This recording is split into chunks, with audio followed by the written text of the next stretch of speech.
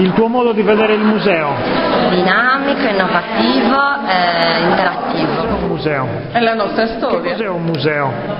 Il luogo dei ricordi. Del tempo, un immaginare vedendolo il passato che non abbiamo potuto. Cos'è il museo per te? È un luogo dove si può comunque ritrovare e riprendere tutto ciò che la comunità non è stata in grado durante la sua cultura scolastica e non di apprendere, quindi è un nuovo modo di ricostruire un passato che forse non tutti ora conoscono. Cos'è il museo? Il museo è il luogo per eccellenza della valorizzazione della cultura e anche della valorizzazione del territorio. Cos'è il museo?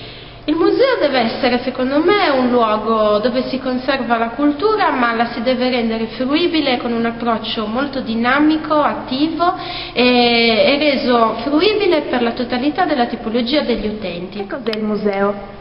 Il museo è il luogo per eccellenza dove conservare, valorizzare e preservare i beni, ma soprattutto comunicare. What is for you a museum?